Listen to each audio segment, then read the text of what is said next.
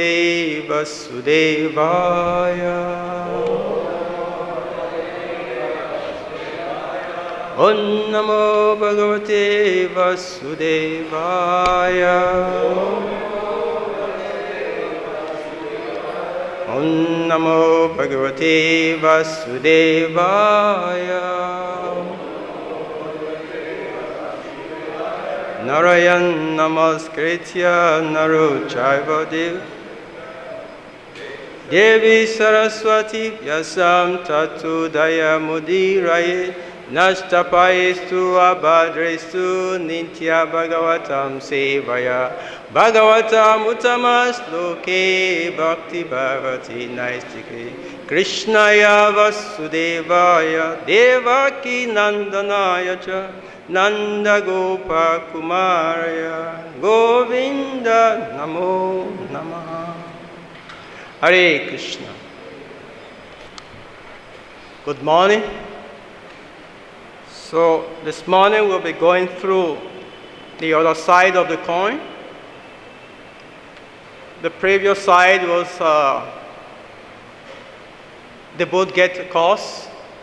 So now the cause has been rectified and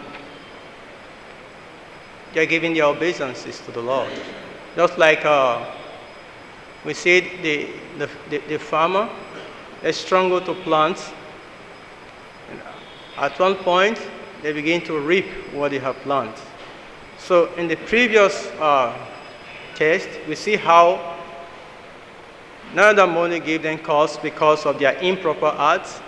Now, the Lord has given mercy to them, glorification, obeisances we'll be going through. So I will take the sloka. The title of the chapter you all know, Deliverance of the Yamuna Arjuna tree. So we are taking text 33, Canto 10, Chapter 10, text 33.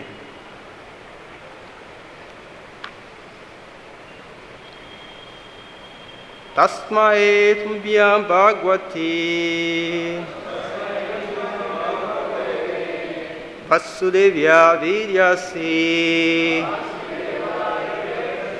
ātma-dyota-guṇaiś brahmaṇe namaḥ. Translation.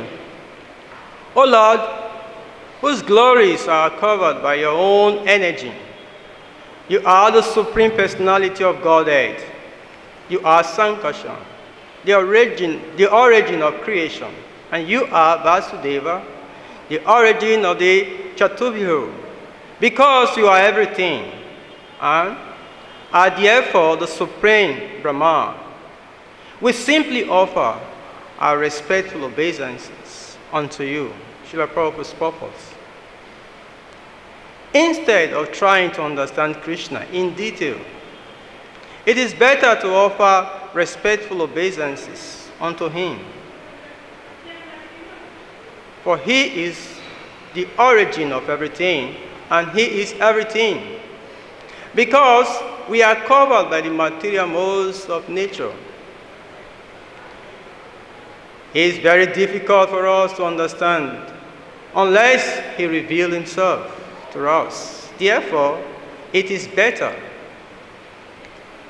for us to acknowledge that he is everything and offer obeisances unto his lotus feet.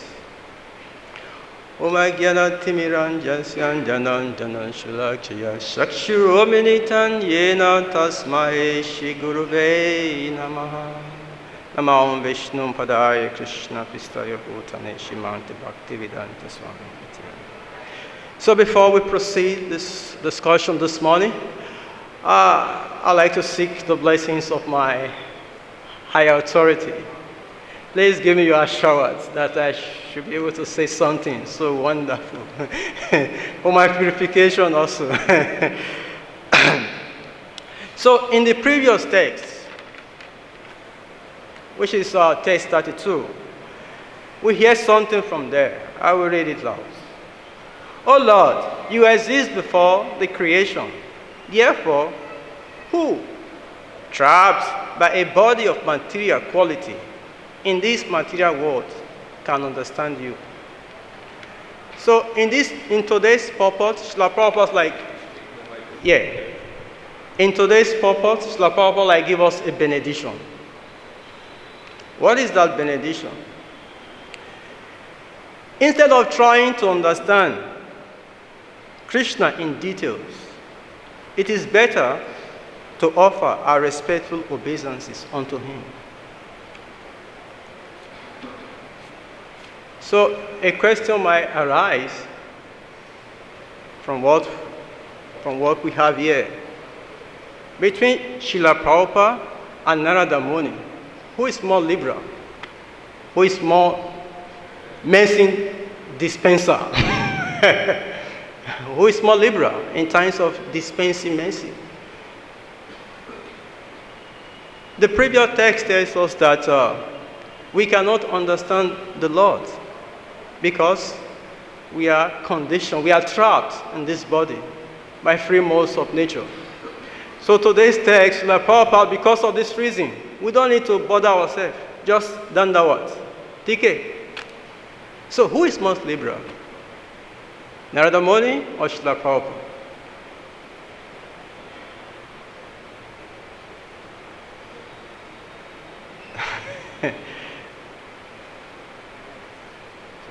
Any thought of it? Okay, you have some thoughts.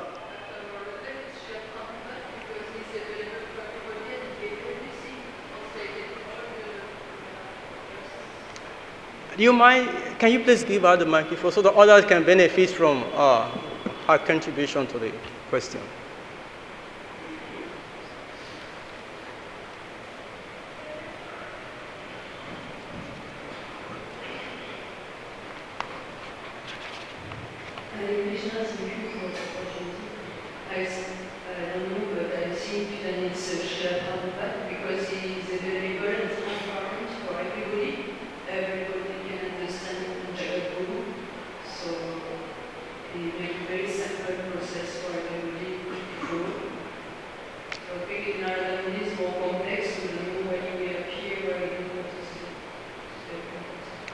Thank you. Now the Muni give a course, and this course was a duration of 100 years or so. And Srila Prabhupada said, oh, no, because Krishna to understand is very difficult. You just have to pay obeisance. That's all. But the point is it. How often do we pay this obeisance? With what intention do we pay obeisance? Because when we pay obeisance to superiors, in either, whether we are paying obeisance to Srila Prabhupada, to the others, the personality to whom we pay the obeisance to should manifest in our heart. The picture of him should manifest in our heart. Obeisance is not simply, the normal understanding of it, a sense of, dependency on authority. Obeisance has small values. We go into that. For us to be able to, cover today's topic, which a little complex is there in the purpose, because we say from the purport there, Srila Prabhupada said,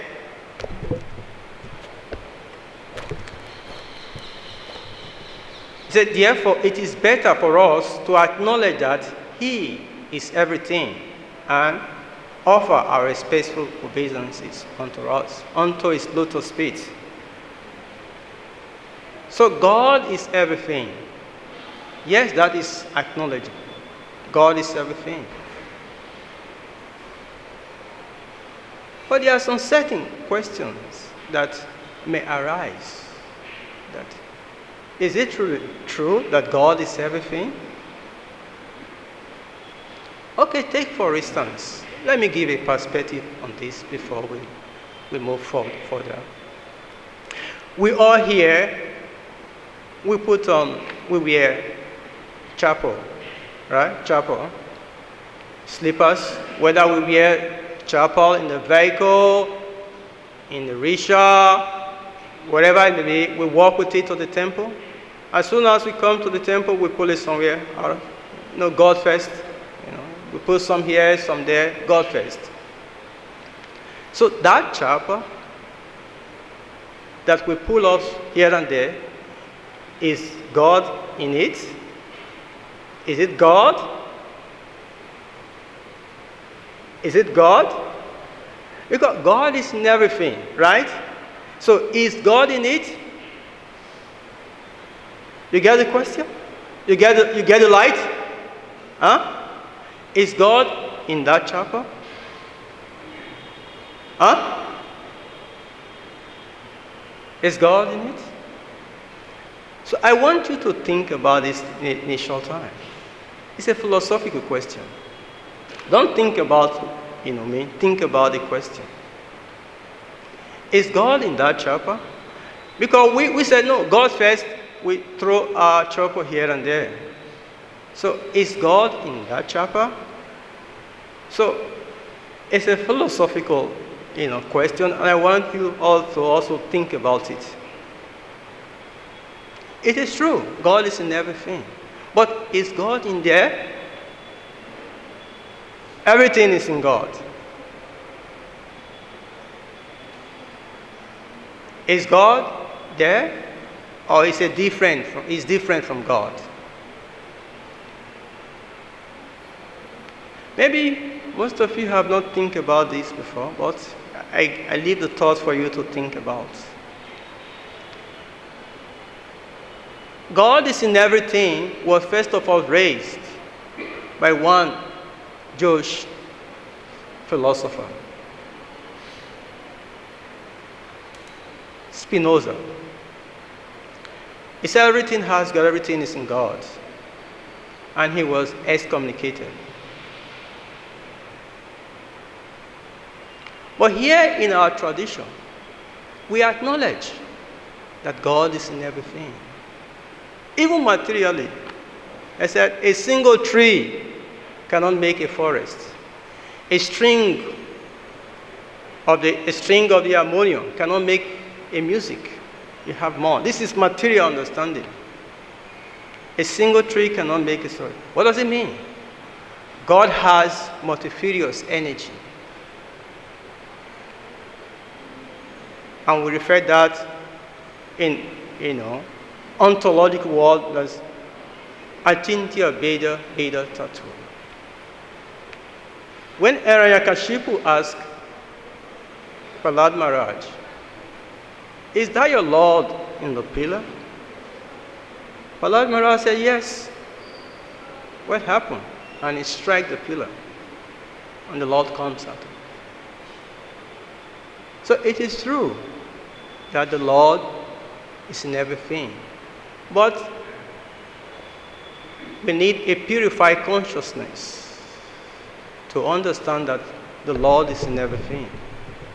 Especially this session we are, if we don't have proper purified consciousness, it may be very difficult for us to get the impulse, or the essence of the message.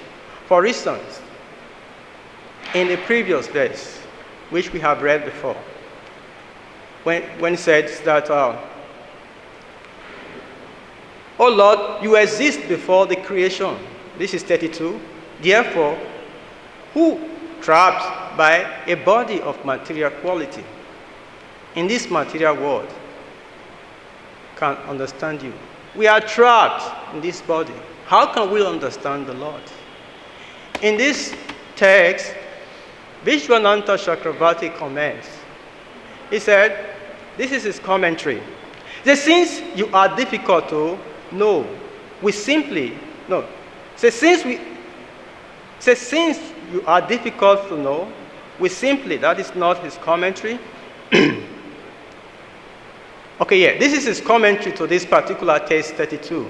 He said, you are not perceivable by the intelligence and the senses because they arise from the modes of nature. The Lord is not perceived by the intelligence and the senses because these all senses come out from the modes of nature. So today's text, all acharyas, they have different commentaries. Even Sanat Goswami explained the sloka in different ways. But Vishwanatha Chakravarti Thakur has the intention of the sloka. And what is the intention of the sloka? Which I will read for you. Since you are difficult, this is Vishwanatha Chakravarti commenting on this sloka. Says, since you are difficult to know, we simply offer our respects to you. That is the intention of this verse. Respectful obeisances. For us to be able to tackle, to pilot this topic this morning, I have coined out a topic for it. The topic I give to this class, respect, a progressive step towards holistic end. This is my topic this morning. Respect, a progressive step towards holistic end.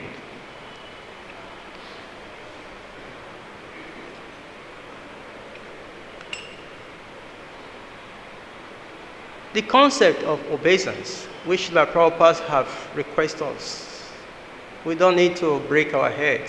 There's no need for details. We only need to offer obeisance. How often and with what consciousness do we offer obeisances?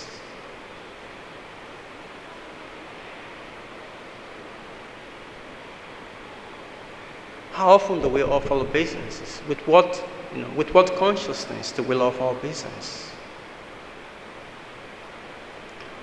Respect is very important in spiritual life.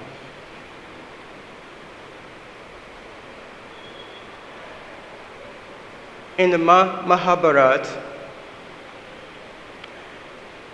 when the war was about to begin, both parties have all studied to begin the war. Yudhishthira stepped down from his chariot. All the brothers, Arjuna, all the brothers, we're all terrified. What is going on? Now we are going to engage in this war.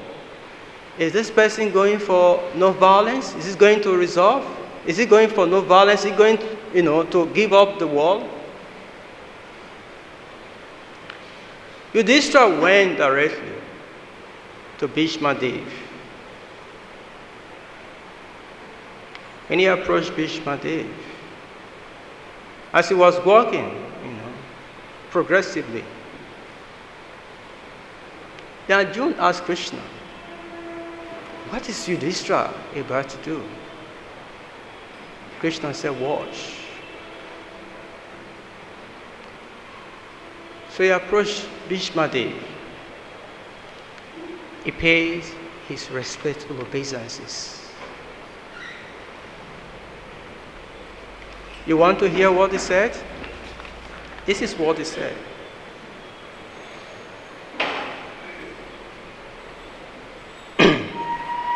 Yudhishthira said, when he pays obeisance, this is what he said.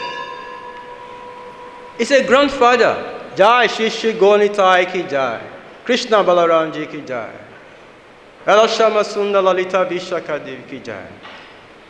Yudhishthira said, grandfather, now war is certain. Being a Kshatriya, I cannot avoid it. We are in the unfortunate position. We have to fight. We have to fight you. We want your blessings to ensure victory. Bhima said, "My child, victory is yours. Where there is Dharma, there is Krishna. He is on your side. How victory can go elsewhere? My blessings are always with you." This is obeisance. When we pay obeisances with right intention, we get direction. The concept of obeisances in spiritual life is so important that Yamaraj instructs his dutas. He said, "Bring me 4 persons."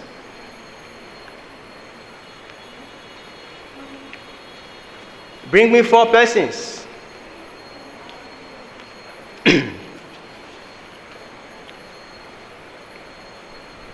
This is Canto 6, Chapter 3, Text 29. Yamaraj is instructing his Yamadutas. 4 persons you should bring for me. Who are they? Those who have not chanted once the name of Krishna. Those who have not chanted once the name of Krishna. Bring those whose mind have not once remembered not Vishnu, not Krishna. Bring those who have not bowed their head, who have not paid their obeisances to the Lord. Bring those who have not done any seva to Krishna. So if we are here today, we have not done any service, we might be a candidate of Yamaraj. Somebody may say, this particular text, we are for Al-Vaishnava, no Vaishnava. But we can be Vaishnava at the same time be Al-Vaishnava.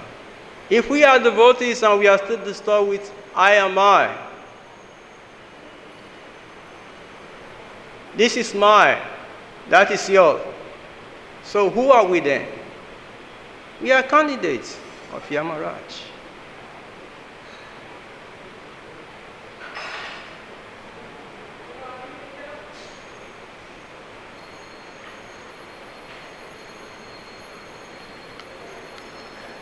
The concept of obeisance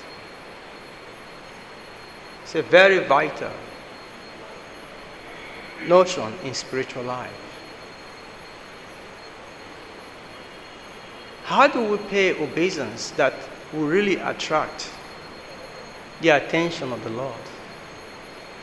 Do we pay obeisance one hand at the back, another one? Do we pay obeisance one hand inside and one hand? No.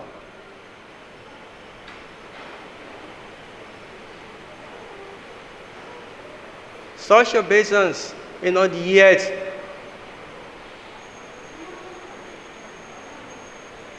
good results. Such obeisance has some implication. Such obeisance has some implications. And what are the implications? The implications is that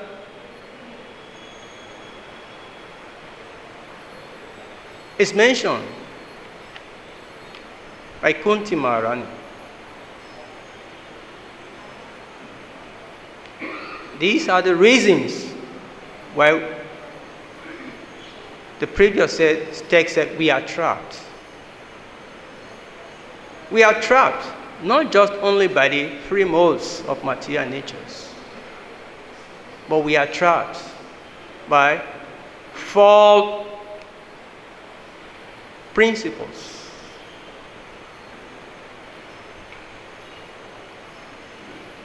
We will nullify those principles for you in a short time. But before that, let us think about the word trapped.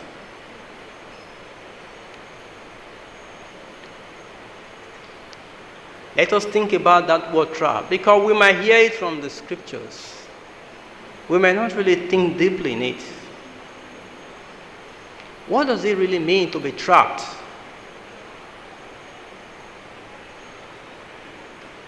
To be trapped is not just like somebody in a traffic jam, where you have to go a lot of perspiration. No.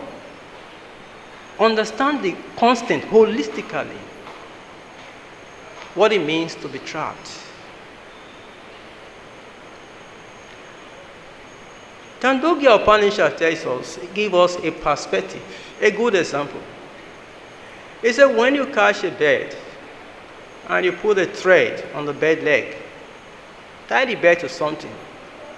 It said for the past 10-15 minutes, the bird will do what he can to see that he wants to get loose, get free. But after some time, what happens? When he saw all the attempts, it has no value. And we have to go to one side and surrender. Another good example is the example of Chua rat, right? You know rat, right? When you have problem with rat, Chua rat, and you happen to trap it, you see the same phenomenon. For the next 10-15 minutes, the rat will struggle like hell to find a way out of the cage. But after some time, he will get exhausted, then surrender.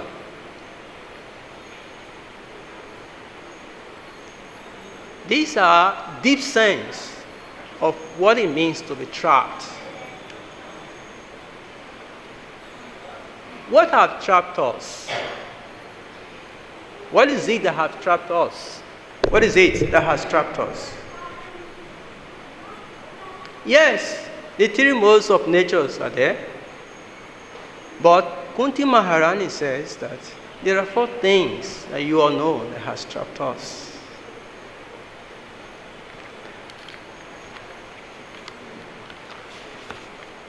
The first one here is bed. Bed. Having a good bed. Coming from aristocratic family.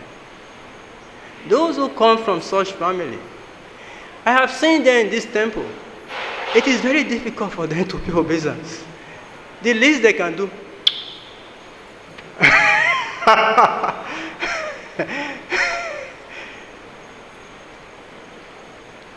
The second one, opulence. What was the mentality? What has caused Manigriva and Nala Kubela taking course from Narada Muni? Because of opulence. This is Sastra. But we have a practical example of it. I will just try to shorten that particular story in order for us to be able to see that we maintain the time. In West Africa, we have, this money preaching. West Africa, we have Prabhuji here is from West Africa. And Giridhari Puja there is also. Giridhari Puja is like a daughter to Prabhuji. She's from West Africa. Where we have our temple, it's like aristocratic zone. So many good occupational, people, aristocratic people. We have justice of federation. We have son, senior advocate, professors, mercantile. You can name it. Different personality, they're all in that zone. That is the area we have our temple. So we are in the temple, we are in between. One side, retired magistrate, another side, a very wealthy mercantile. Whenever there is kirtan, this mercantile will come to the gate. boo, boo. Several times. He have taken, the temple, he have sown the temple before the courts. But somehow, because everywhere in that area, devotees go chant Harinam and so on and so forth, distribute books. So somehow the case was trashed out. He did several things to see that we are being kicked out. ISKCON is being kicked out from that quarter. But it never works. And in that quarter where we have our temple, we have, where you have big men, aristocratic men, you have a lot of sense gratification. And these different quarters where sense gratification goes on, the devotee goes there, do Harinam, distribute books, so on and so forth. So whenever this personality is coming from any of the gratification quarter, and maybe at the hour is coming, the devotee, they are already in Mangalarati. He will stop with his entourage, bodyguard. The next thing is to face the gate. This is opulence. Understand that we are not against opulence. Our teaching is not against opulence. Our Acharya texts give us a principle of yuta vairagya. Let that opulence be used in the service of Krishna. That is where we get the right consciousness to pay obeisance. So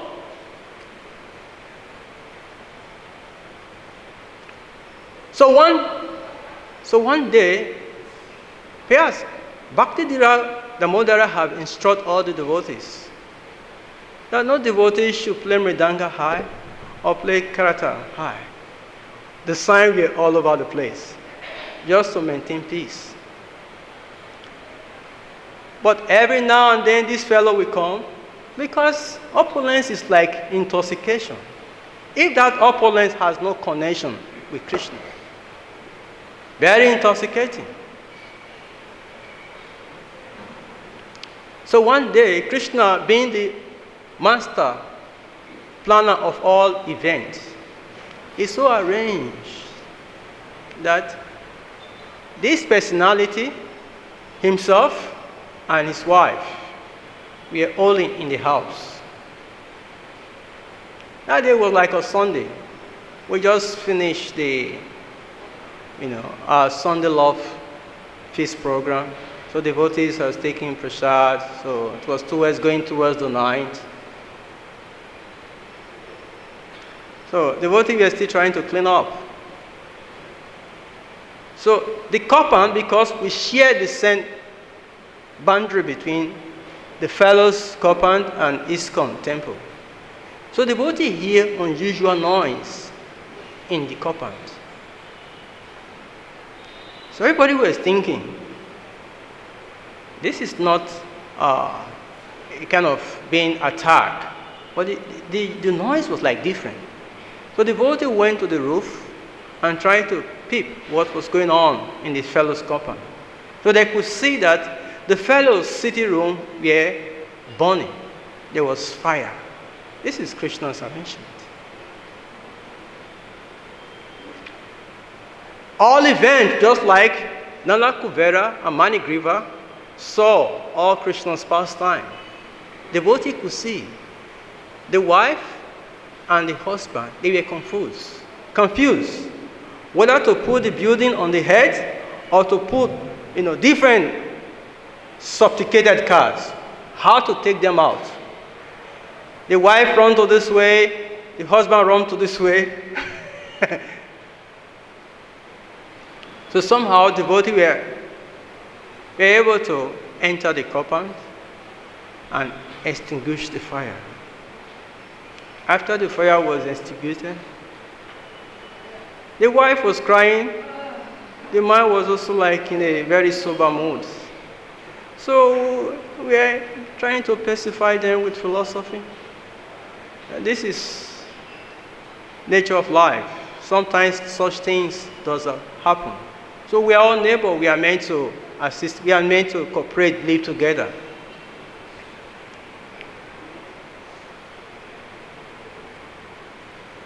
So the following day, he brought about 2 pairs or 3 pairs of extinguisher, a kind of appreciation.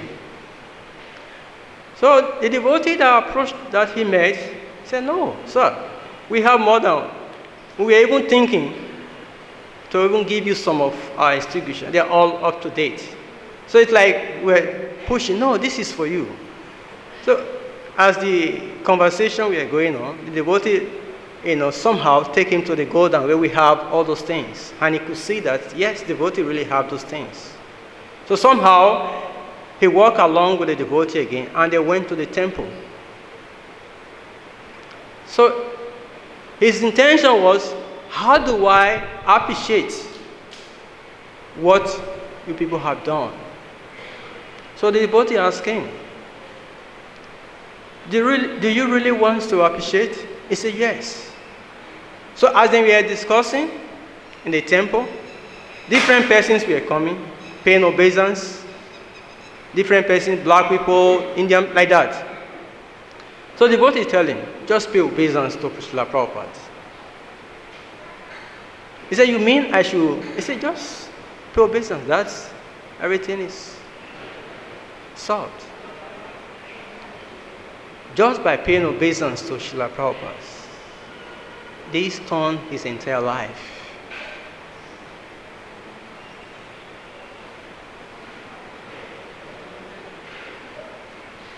So this is the power of obeisances.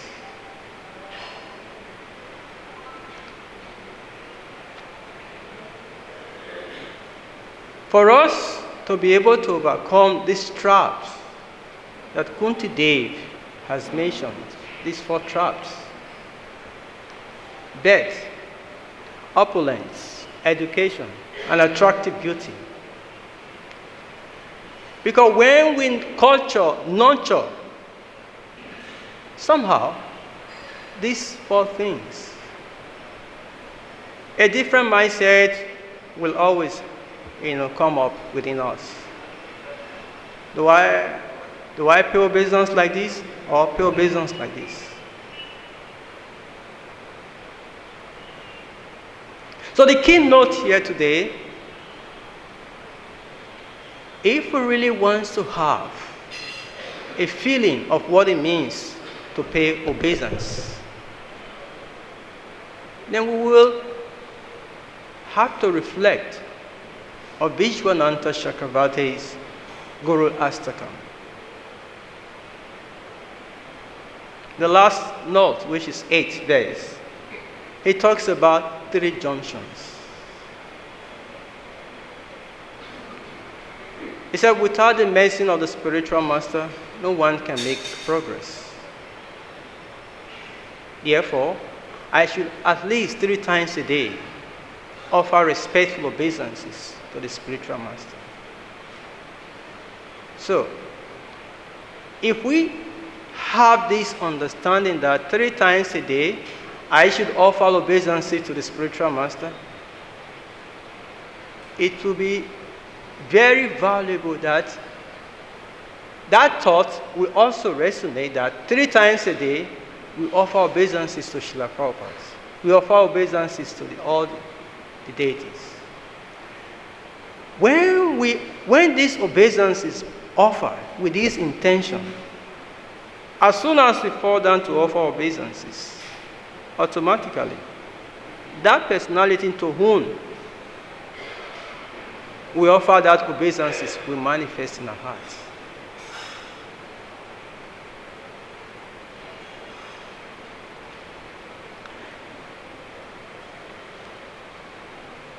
So, there is power in obeisances.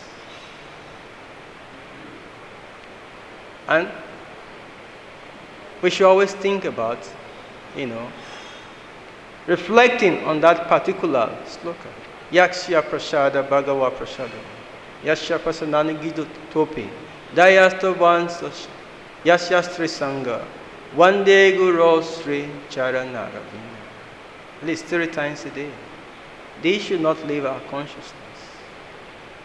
So when we meditate on this verse all the time, we have no other shelter apart from the shelter of the spiritual master, the shelter of Srila Prabhupada. Then we are protected. Not just being protected. That enhances us to understand the personality to whom we worship.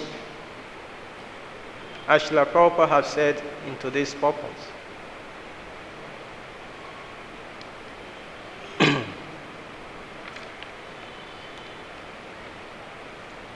He said, instead of trying to understand Krishna in details, it is better to offer respectful obeisance unto him.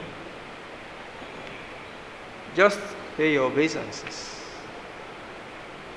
with the intention that at least 3 times I should always remember my spiritual master. Because through the Guru Parampara, we can actually understand whom we worship and give the right obeisances to the Lord. Well, I won't stress this further because of time. We see the implications of obeisances.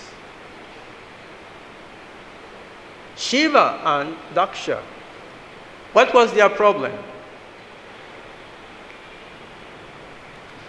Daksha became offended because he thinks that Shiva didn't offer obeisances to him.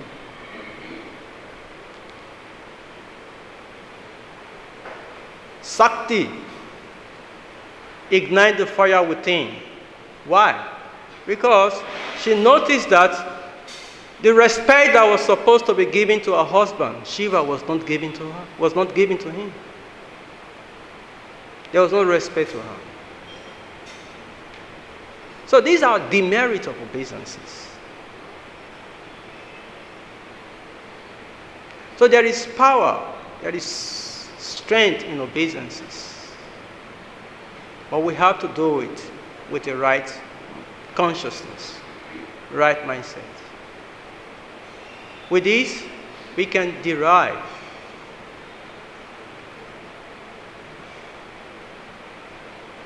positive energy to continue our spiritual life.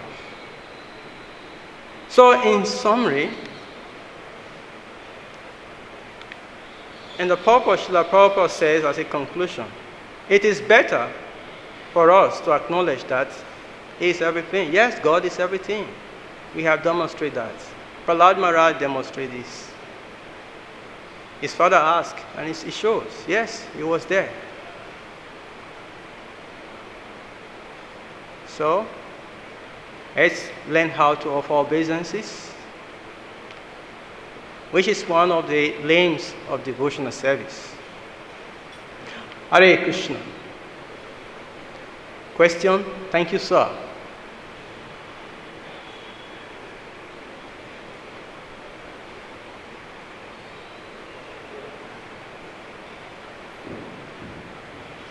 So we're discussing whether Krishna is everything, is infinite, whether he's there or not there.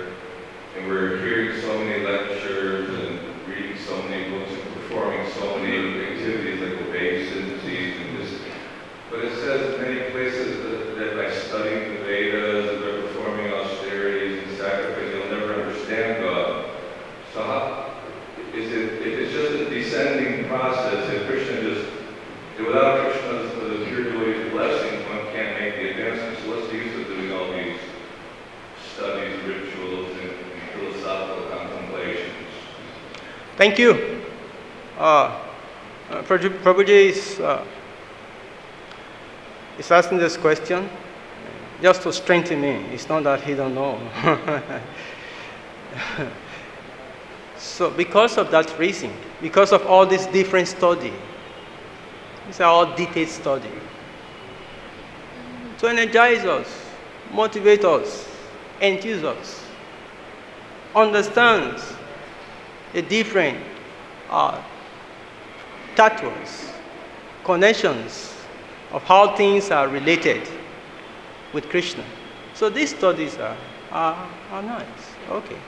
But in a holistic sense, which the Prabhupada has given in his purpose, all these things are details. So the Prabhupada said in his purpose, they are all details. We just simply, it's like this purpose, like a boom, you give somebody a boom. Just like Narada Muni give Nala Kubera and Manigriva a boom in a form of a cause. So the purpose is like a boon to us, like we asked before. Narada Muni and Srila Prabhupada, who is most liberal in times of giving boon? And the lady gave a nice comment. So those things are good. But here Srila Prabhupada tells us that although they are good, but they are details, let us offer obeisance with right attitude, right consciousness. The picture to whom, the personality to whom we offer that obeisances, it will manifest in our hearts. That's a great connection.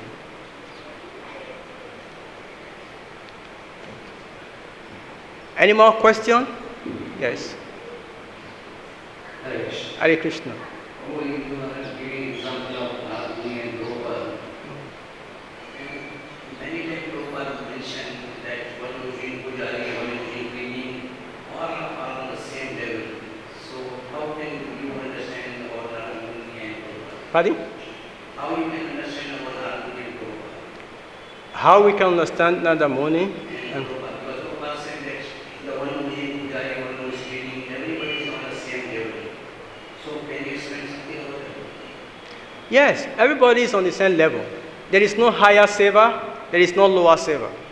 What is essential is the consciousness you put in that service. What is your intention? Is your intention to please the Lord? Is your intention to please Srila Prabhupada? This is what is essential. Not that you clean it. No, there is no small service, there is no big service. Service is service. But the underlying thing is the intention. Is it for the pleasure of the Guru? Is it for the pleasure of Srila Prabhupada? Is it for the pleasure of the deities? These are what's essential. Okay? Any question from the ladies? We still have some time.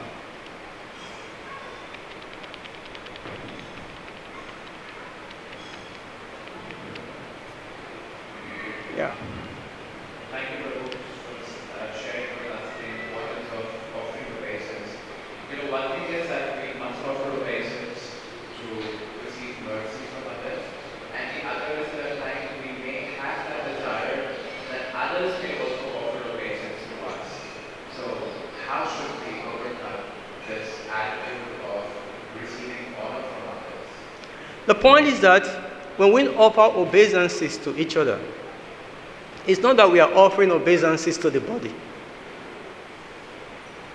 We offer obeisances to the soul. So, when we offer obeisances to the soul.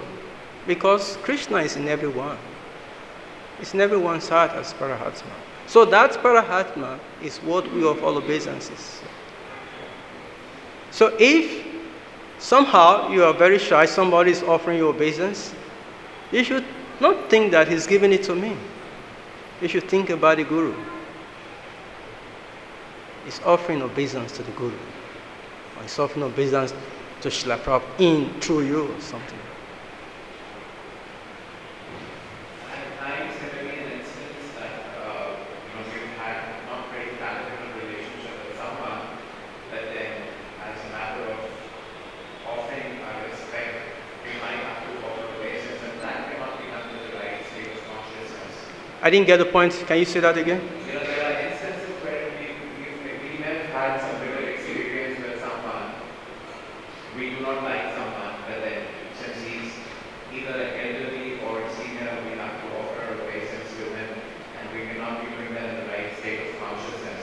So would that be considered as offering obeisance or no? Yeah. This is what we said before. Like, dislike, they are all pertaining to this body. And it's part of what Kunti Dev mentioned. Dislike, and Prahlad Maharaj, that section that contained, socio-political concepts in Bhagavatam. Prahlad Maharaj did not accept the teaching of Sandana-Marka. Why? Because that teaching, claim, this is my brother and this is my enemy. This is my friend, while this is my enemy. So, like and dislike is all pertaining to political view. And why do we have this concept in mind? Because we are still thinking, or we are still nurturing the body. So when we are a little bit elevated in consciousness, we come to that level that no one is my enemy, no one is my friend. We are all meant to cooperate, to serve. Cooperation is what we all need. Hare Krishna. Srila Prabhupada ki